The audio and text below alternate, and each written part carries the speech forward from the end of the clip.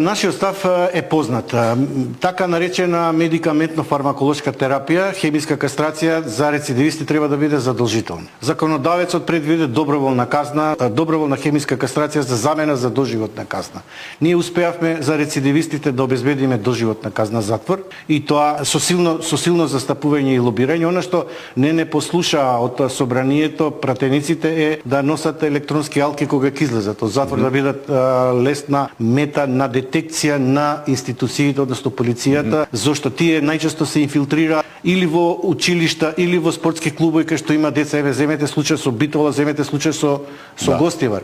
Таму Гостивар, детето жртва на сексуална злоупотреба е возрасно лице кој бил вработен во училиштето. Во два случаја го има. Така, детето го злоупотребил, го силувал, сликите ги дисеминирал и така натаму. Значи, децата наместо да имаат доверба во луѓето кои работат со нив, тие ги злоставуваат и ги. Тоа значи дека овој регистар на педофили докажани осудени дека не врши многу работа?